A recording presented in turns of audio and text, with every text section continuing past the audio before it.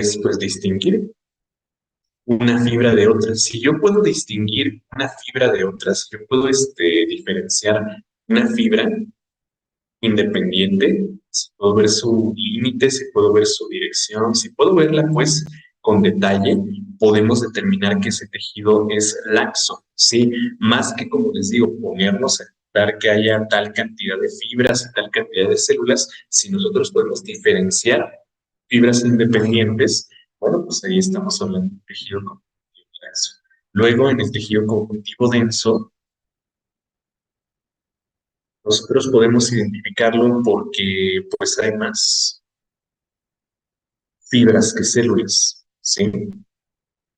Hay más fibras que células.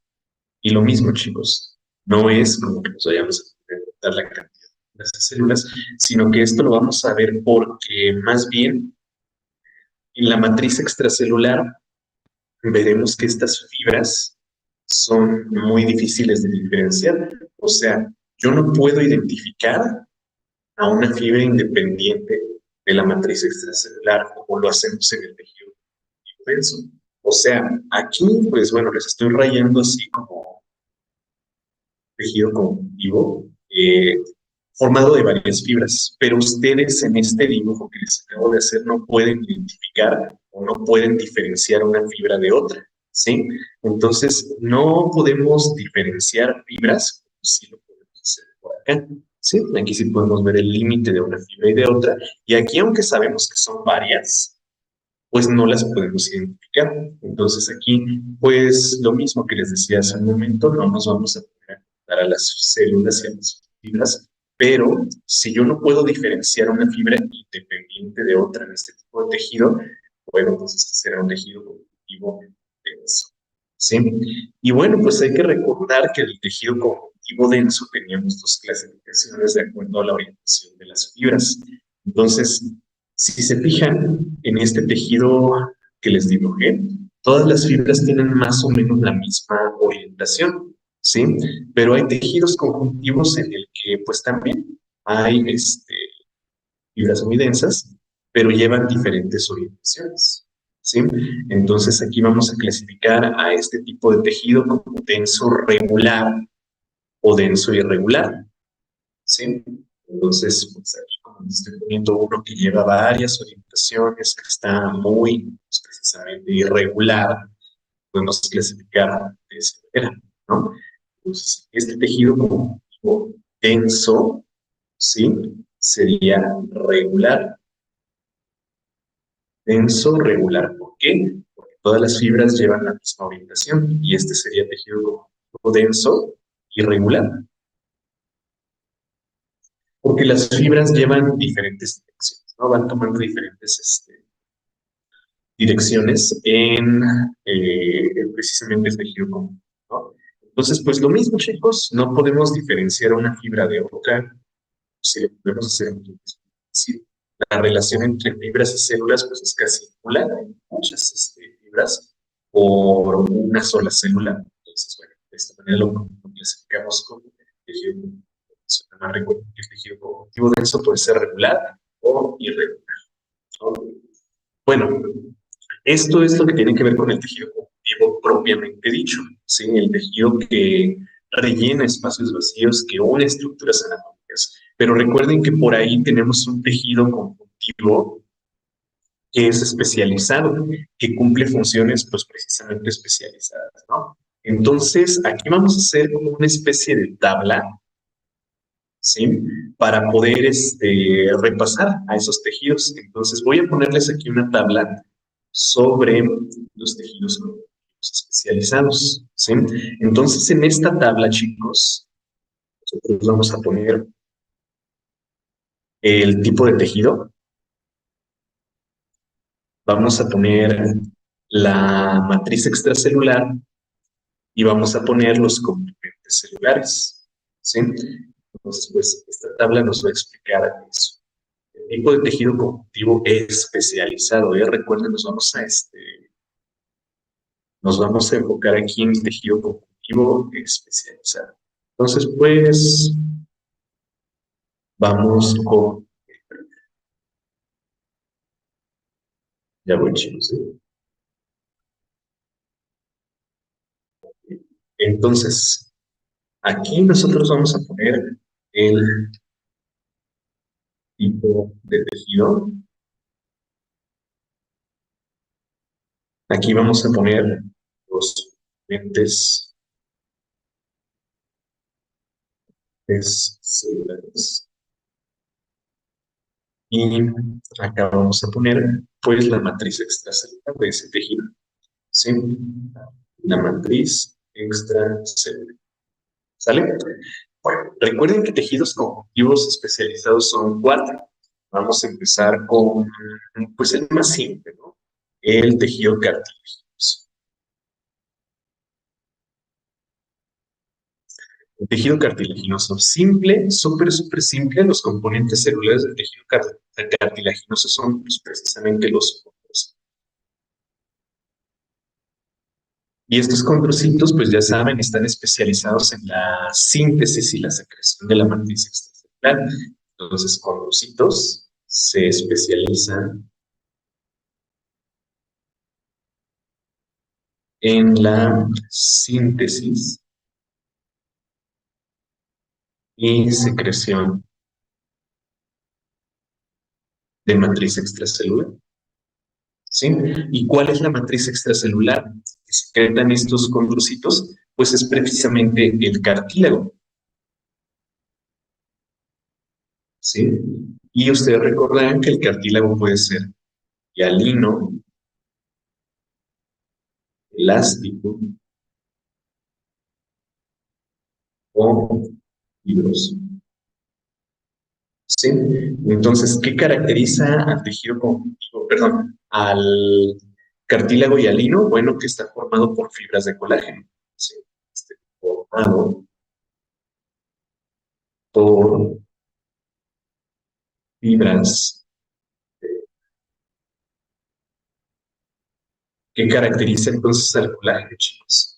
Que es muy rígido, muy estable y muy resistente. Entonces, al cartílago hialino lo vamos a encontrar en estructuras que precisamente tienen esas características, ¿no? Recuerden que el cartílago hialino forma, pues, en gran composición a los huesos. ¿Ejemplo? A los huesos, pues, sí, nos indica.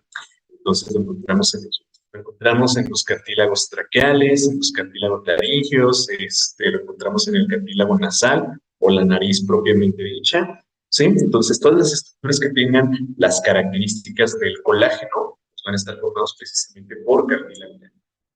El cartílago elástico está formado también por fibras de colágeno, ¿sí? Formado por fibras de colágeno, pero también encontramos elastina, ¿sí? Fibras de colágeno y elastina. Y esta, pues precisamente tiene la característica del tejido conjuntivo elástico, que se le puede aplicar una fuerza que va a ceder a esa fuerza, pero que cuando se retire esa fuerza, pues va a regresar a su posición. Y el cartílago fibroso, bueno, este cartílago, como dice su nombre, está formado por filamentos, ¿sí? Filamentos que van a formar estructuras que conectan o que van a estar como dejando espacios vacíos, ¿no? Entonces, el cartílago fibroso tiene espacios vacíos precisamente para cumplir una función, como por ejemplo los cartílagos intervertebrales, los discos intervertebrales, que funcionan como una esponja, ¿no? Que absorbe los impactos, ¿sí? O los cartílagos de la sínfisis púbica o los cartílagos que unen al hueso sacro, el hueso púbico, etcétera, etcétera, ¿no? Entonces, esos son los tipos de cartílago hialino, elástico y fibroso. Vamos con otro tipo de tejido conjuntivo especializado que es el adiposo. Entonces, este adiposo, pues lo mismo, tiene sus componentes celulares y tiene su matriz extracelular. ¿Sí? Entonces, vamos a ver qué onda con eso. En el tejido adiposo, vamos a tener como componentes celulares, pues precisamente a los adipocitos. Y estos adipocitos recuerden que van a tener dos clasificaciones. Pueden ser adipocitos uniloculares o adipocitos multiloculares. ¿Sí? Adipocitos uniloculares. La matriz extracelular en este tipo de tejido, pues por supuesto que será la grasa. ¿Sí? Entonces aquí la matriz extracelular es grasa. Pero esta grasa, de acuerdo a, de acuerdo a la composición que tenga y al tipo pues de adipocitos que lo formen, pues la podemos clasificar de dos maneras. Los adipocitos uniloculares van a almacenar triglicéridos, los multiloculares lo mismo.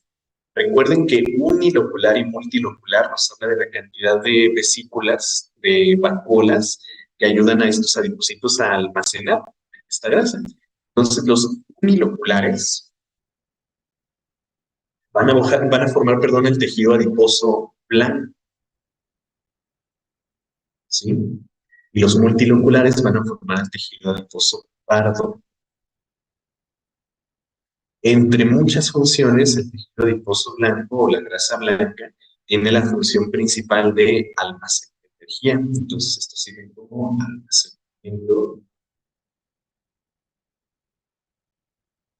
de energía. ¿Sí? Recuerden que cuando vimos metabolismo, platicamos que la energía no se obtenía únicamente de los carbohidratos, no tenemos lípidos. Entonces, los lípidos que utilizamos como almacenamiento de energía son precisamente los triglicéridos del tejido adiposo. ¿Sí? Recuerden que estos también pueden servir como termorregulador o un aislante, mejor dicho, aislante térmico, ¿sí? O pueden servir también como un amortiguador físico, ¿sí?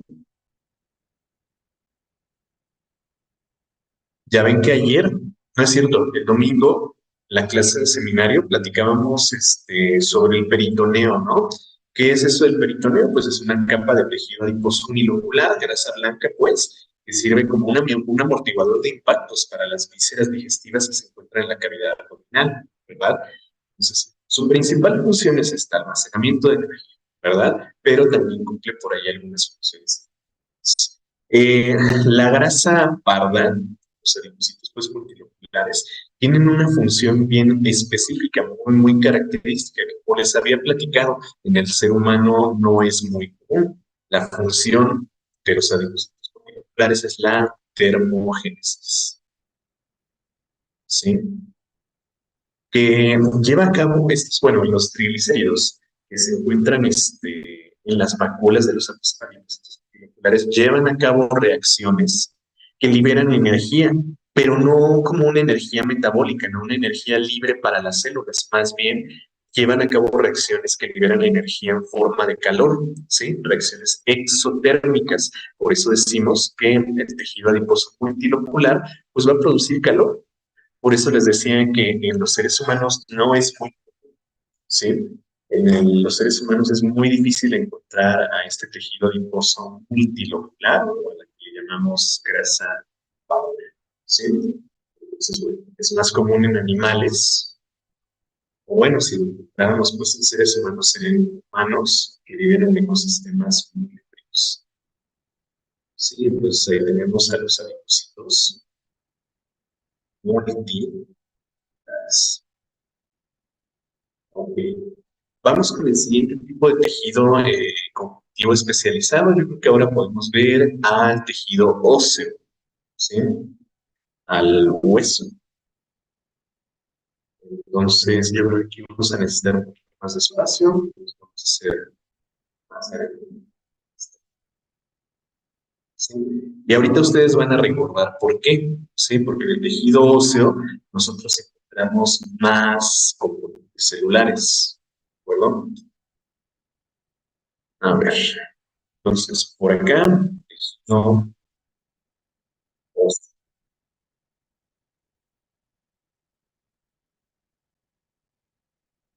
Como componentes celulares del tejido óseo, tenemos a dos que vienen de las células osteoprogenitoras, que son los osteoblastos y los osteocitos. Y básicamente son pues una forma madura de cada uno. Entonces, estos dos vienen de la célula óseo y de las células hematopoyéticas tenemos a los osteoblastos.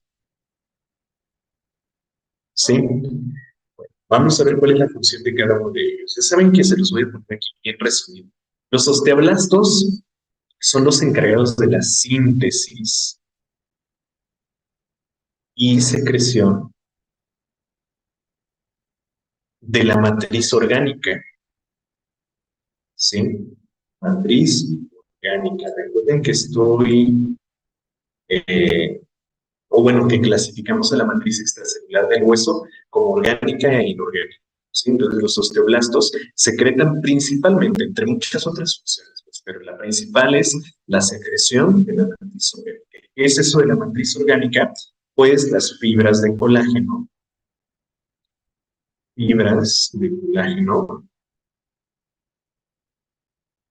que se van a osificar. ¿Sí? Ahorita recordamos eso de la osificación.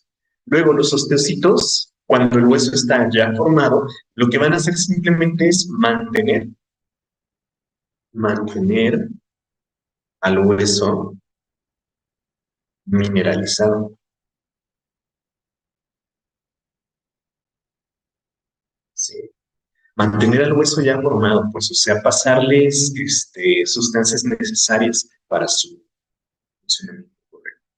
Y los osteoclastos, como dijimos, son de la serie hematopoyética y pues no son otra cosa más que macrófagos. ¿Sí? Macrófagos que van a estar fagocitando a las fibras envejecidas del tejido óseo para que los osteoblastos puedan sintetizar pues una nueva matriz extracelular y pues de esa manera reparar al hueso en caso de un daño o pues simplemente regenerarlo en caso de que se envejezca. ¿Sale? Ahora, como matriz extracelular, les decía que teníamos dos tipos. Teníamos a la matriz extracelular orgánica y a la matriz extracelular inorgánica. Es matriz extracelular inorgánica. Ok. La primera, pues consiste, como decíamos, las fibras de colágeno. Fibras de colágeno. Que recuerden, en etapas de maduración muy tempranas, como el desarrollo embrionario, nuestro esqueleto es puro cartílago, ¿sí? Puro cartílago hialino, ¿sale? Pero este cartílago hialino, recuerden que el cartílago hialino está formado de ¿qué? Fibras de colágeno, ¿no? Estas fibras de colágeno pasan por un proceso que se llama osificación, y esa osificación es la deposición de las sustancias que forman la matriz orgánica, ¿sí? Entonces recuerden que la matriz inorgánica consiste en fosfato de calcio, ¿sí? Fosfato de calcio que se va a ir, como dijimos, depositando y acumulando sobre las fibras de colágeno para formar un cristal que se denomina hidroxiapatita, ¿sí? Esta hidroxiapatita, como les digo, es un cristal que le va a dar esa rigidez característica al hueso, ¿sí? Entonces, matriz inorgánica, fibras de colágeno y otras proteínas, ¿no? Otras proteínas, como la osteocalcina o la osteoportina, que van a apoyar a la formación del hueso, ¿sí? Y bueno, la matriz inorgánica corresponde al fosfato de calcio, ¿sale? Hidroxiapatita. Ah, y bueno, para que no se nos pase, que luego si fallamos por ahí en la nomenclatura, esto es fosfato de calcio. Ok, ahí está. Y vamos pues con el siguiente tipo de tejido, que sería pues ya el último, el tejido hematopoyético. ¿Sí? Entonces, vamos a poner al tejido hematopoyético. que no es otra cosa más que sangre, ¿sí? Tejido hematopoyético. Como componentes celulares, pues sí tenemos un montón, ¿sí? Recuerden que componentes celulares son mieloides y linfoides. Vamos a empezar con estos mieloides. Recuerden que a los mieloides también los clasificamos como granulocitos y agranulocitos. Ahorita empezamos con los agranulocitos. Como granulocitos tenemos tres muy característicos. Los neutrófilos, los eosinófilos, eosinófilos y basófilos. ¿Sí? Entonces, estos neutrófilos están especializados en un proceso que se llama fagocitosis. ¿Sí? Fagocitosis.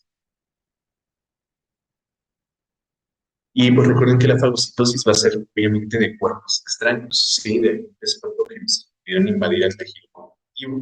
Circulan en la sangre, pero salen al tejido conjuntivo para fagocitar algún patógeno o algún cuerpo extraño que esté causando problema en el tejido. ¿Sí? Ya explicamos muchísimo al respecto de los neutrófilos en la clase normal, entonces ya si quieren profundizar un poquito más, ya saben, vayan a la presentación o vayan a los libros.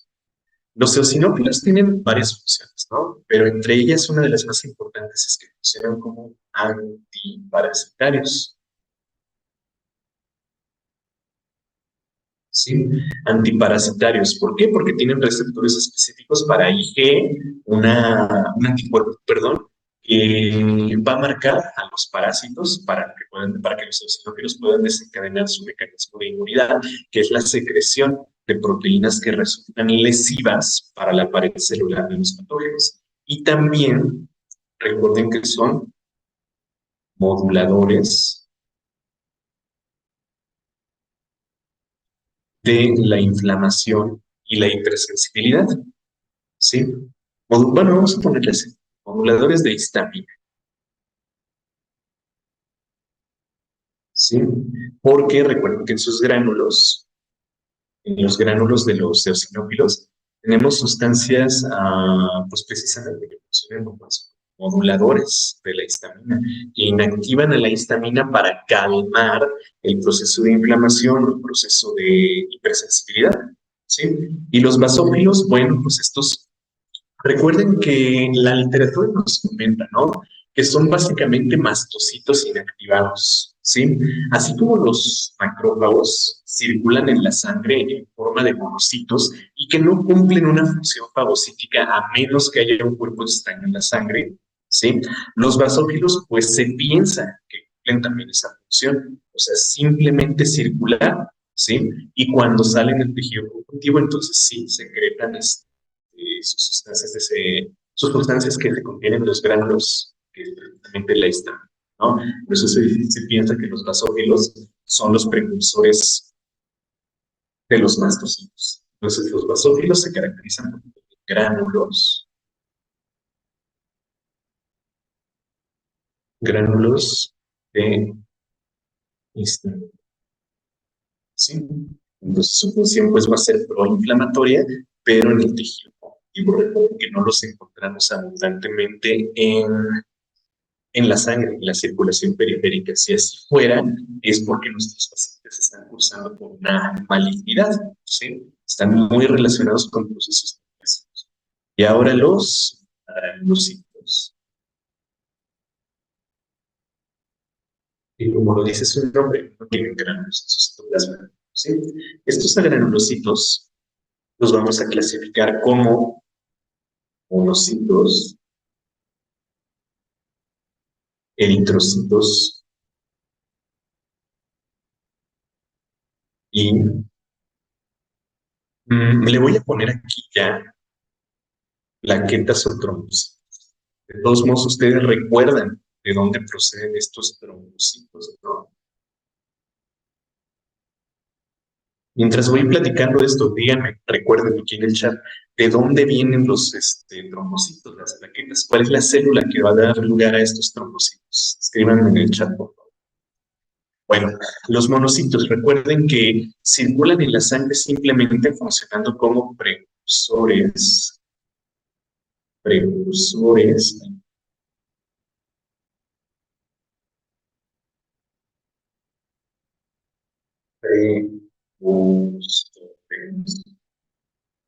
de los macrófagos. A menos que haya una infección en la sangre, que como ya lo platicamos, es un proceso muy complejo, ¿no? Grave, no tienen una función fagocítica. En el torrente sanguíneo lo único que hacen es circular. Ya que salen al tejido conjuntivo, entonces sí, se convierten en macrófagos y los podemos clasificar como tal. Los monocitos simplemente son la forma circulante del macrófago, no tiene una función fagocítica. Luego los eritrocitos, bueno, pues estos tienen la función de transporte, transporte de CO2 y oxígeno, porque recuerden que puede haber oxihemoglobina o carboxihemoglobina. ¿Sí? Entonces los eritrocitos transportan dióxido de carbono y oxígeno, dependiendo del vaso sanguíneo que se encuentre. Y los trombocitos, bueno, pues son encargados de la hemostasia primaria, ¿sí? O sea, pues, sangre. Agregarse alrededor de un daño endotelial, un daño endotelial y formar un tapón, ¿sí? Que evite la salida de sangre o la entrada de sustancias al vaso sanguíneo, ¿sí? Ya explicamos con detalle qué onda con eso, la cascada de coagulación y todo eso, entonces pues ahí.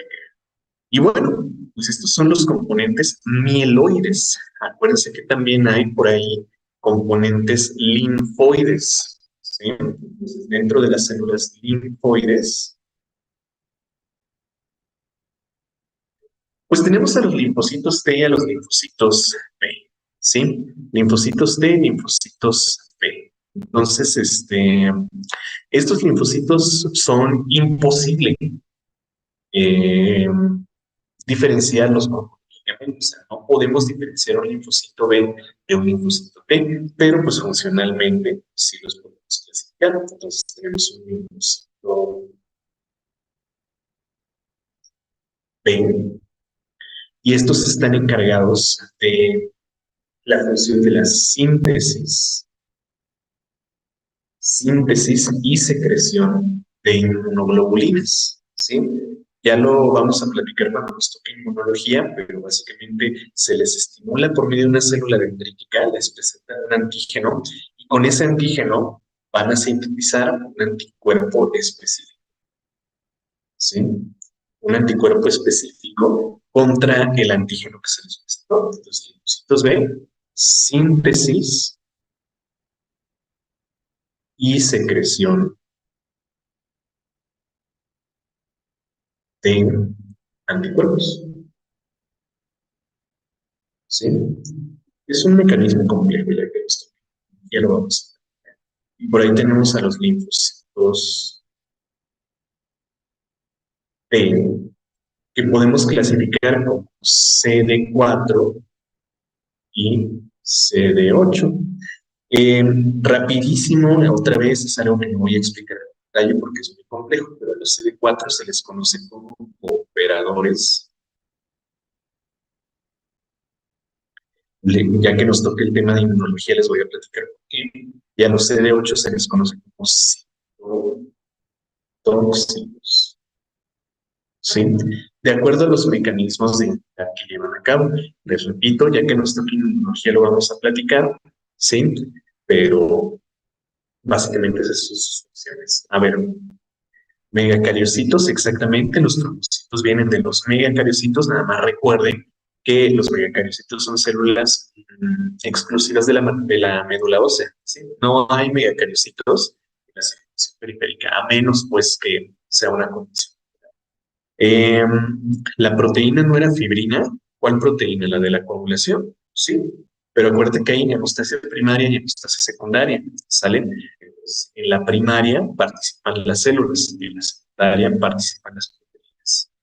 ¿Se puede decir que los trombocitos favorecen la coagulación? Inician la coagulación, sí.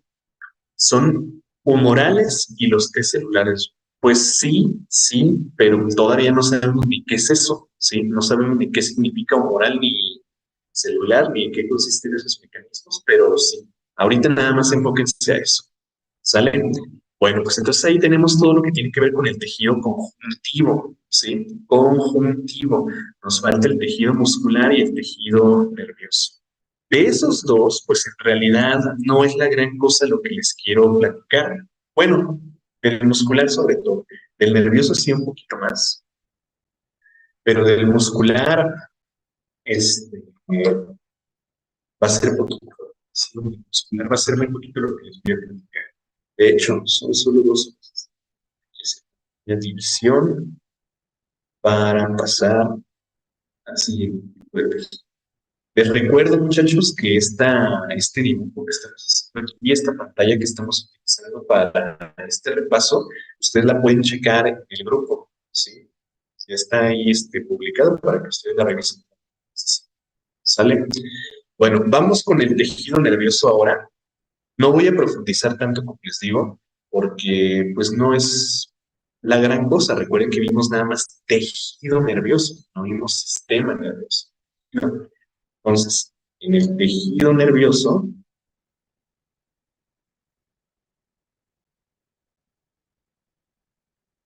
nosotros tenemos dos tipos de estrellas, las neuronas y las neuronas. ¿Sale? Vamos a empezar con las neuronas.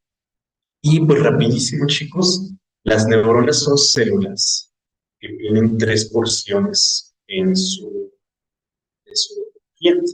¿Sí? Entonces vamos a dejar esto aquí. Y ahorita vamos platicando sobre estas regiones. Y yo creo que recuerdan que cada una de estas regiones tiene una función específica. ¿Sí? Bueno, ok. A ver, entonces, aquí nosotros tenemos a la región conocida como soma. ¿Sí? Entonces, esta región corresponde al soma neuronal. Soma, cuerpo. ¿Sí? Y como lo decíamos, el soma está encargado de una función específica. Luego, toda esta proyección es el axón y también tiene una función característica. Y este conjunto de ramificaciones aquí es el teledendrón o telodendrón. ¿Sí? Entonces, cada una de estas porciones va a tener su función específica. ¿Sí? Entonces, vamos con el soma. El soma, muchachos, será el encargado de la generación o la recepción también. Generación o recepción del impulso nervioso.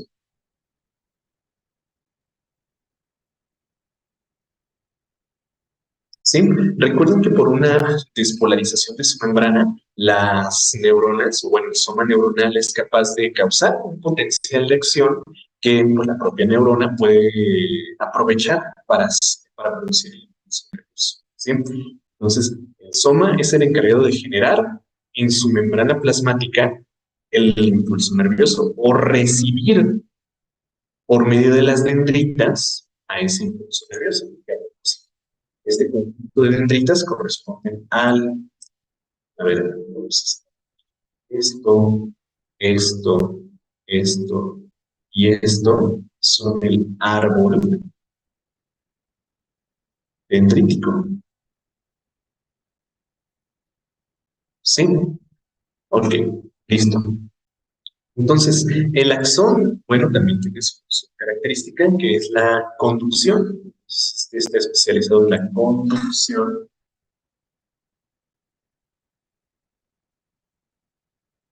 Conducción del impulso nervioso. Sí, conducción del impulso nervioso. Sí, del impulso nervioso generado o recibido por el suprarrenal. Entonces se conduce el impulso nervioso. ¿Cómo? Pues por medio de su despolarización de membrana. Recuerden que se despolariza la membrana del axón y esa despolarización se va continuando por toda la longitud del axón. Ya finalmente, el teledendrón tiene la función de la transmisión del impulso nervioso. ¿Sí? ¿Y cómo lo transmite? Bueno, pues lo va a transmitir por un proceso que se llama sinapsis. ¿Sí? Por una sinapsis neuronal, por medio de la conducción de este impulso nervioso, ya no por cargas eléctricas, sino ahora por sustancias químicas, ¿sí? Los famosos neurotransmisores. Bueno, entonces estas son las tres porciones de una neurona. Nos falta platicar todavía un poquito más sobre la neurona, pero eso va a ir saliendo ahorita que vayamos a las neuroglias. ¿Sí? Entonces vamos ahora con las neuroglias. ¿Sí? Vamos por acá con neuroglias. ¿Sí? Neuroglias vamos a tener cinco tipos. Tenemos a las denominadas astrocitos, oligodendrocitos.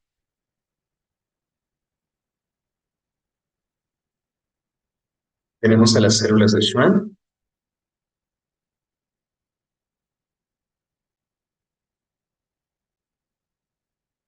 Tenemos a los ependimocitos.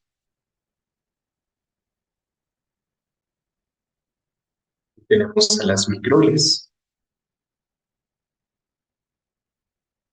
¿Sí? Bueno, cada una de estas está relacionada. ¿Sí? Entonces vamos a ver qué onda con estos. En términos bien generales, muy, muy generales, los astrocitos están encargados de la absorción de nutrientes desde los vasos sanguíneos. De los vasos.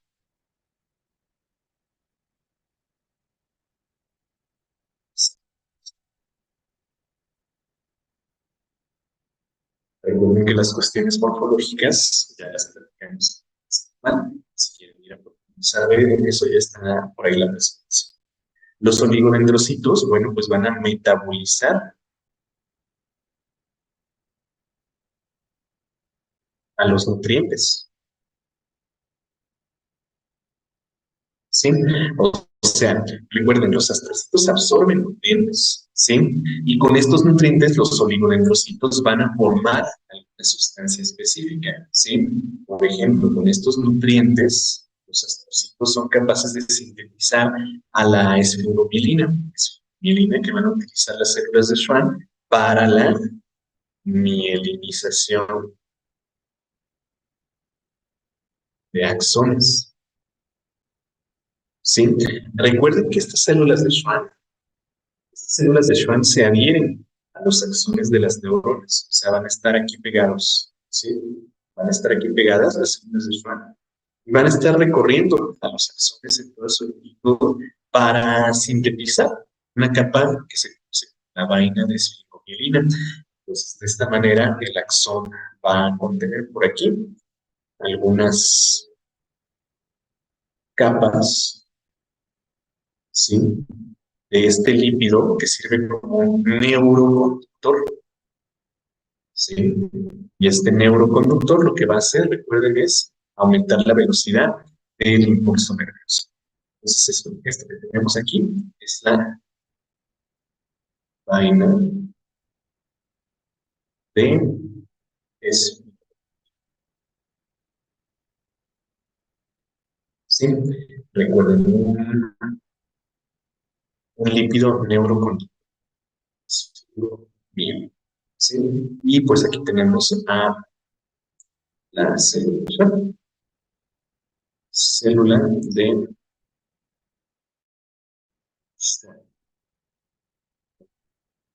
Y tenemos por acá los ependimocitos. Estos ependimocitos o células ependimarias están encargadas de la síntesis y secreción de líquido cefalorraquídeo, ¿sí? Líquido cefalorraquídeo que va a llenar a los ventrículos cerebrales y algunas cavidades que se encuentran en el sistema nervioso. Finalmente, las microglias, bueno, pues las microglias no son otra cosa más que macrófagos del sistema nervioso central, ¿sí? Entonces ya saben qué onda con los macrófagos. Ya por acá, vamos a ver, habíamos platicado de la función de los macrófagos, ¿no? Entonces, por aquí andan los macrófagos, su función es la defensa por medio de fagocitosis. ¿Sale? Bueno, chicos, pues ya vamos a dejarle por hoy hasta aquí. Sí, tenemos ahí nuestro resumen del tejido epitelial, del tejido conjuntivo y del tejido nervioso. ¿Sí? Entonces, sobre estos tres es todo lo que les quiero platicar. ¿Sale? Es todo lo que les quiero platicar. Del tejido muscular, créanme que no voy a profundizar mucho en el examen. De hecho, nada más les voy a hacer dos preguntas sobre el tejido muscular. ¿Cuál es de contracción voluntaria? ¿Sí? ¿Cuál es de contracción involuntaria? Entonces, lo único que les voy a preguntar sobre el tejido muscular. Entonces, sobre el tejido muscular, solo les voy a preguntar sobre el liso, el esqueleto. ¿Sí? Y pues aquí nada más recordar que el liso es de contracción involuntaria y el esquelético es de contracción voluntaria. ¿Sí? Es lo único que quiero que sepan esto. ¿De acuerdo? Pues entonces, chicos, el repaso que estamos haciendo, yo creo que ya lo dejamos hasta aquí y pues ya estamos listos para nuestro examen. ¿Sale? Entonces, ya saben, el examen lo vamos a hacer el jueves, ¿sí? Y mañana les voy a explicar cómo va. ¿Sale? Mañana van a, mañana les voy a explicar cómo va a ser el examen, igual que siempre. Ya saben, es examen el jueves, ¿de acuerdo? Este enlace ya saben que lo tienen en su grupo de Telegram. Ah, en esta pantalla, sí, también está en su grupo de Telegram. Entonces ahí lo pueden checar, ¿sí? ¿Cuál será el siguiente tema? Mañana lo platicamos porque acuérdense que vamos en uno del inicio y uno del final. Entonces ahorita estamos viendo un tema del final, ¿sí? Uno de los más avanzados. Entonces ahora nos tocaría ver un tema básico, tema del inicio. Entonces yo estaría entre, entre metabolismo y genética. Sí, pero ya mañana lo platicamos, cualquiera de esos dos. Es más, ahorita les pongo una encuesta en Telegram, sí, en su grupo de esta clase, del grupo online, y ahí ustedes me contestan cuál es el tema que preferirían revisar, si metabolismo o los temas básicos. ¿Sale? Entonces, es todo de mi parte el día de hoy y nos vemos mañana, chicos. Adiós.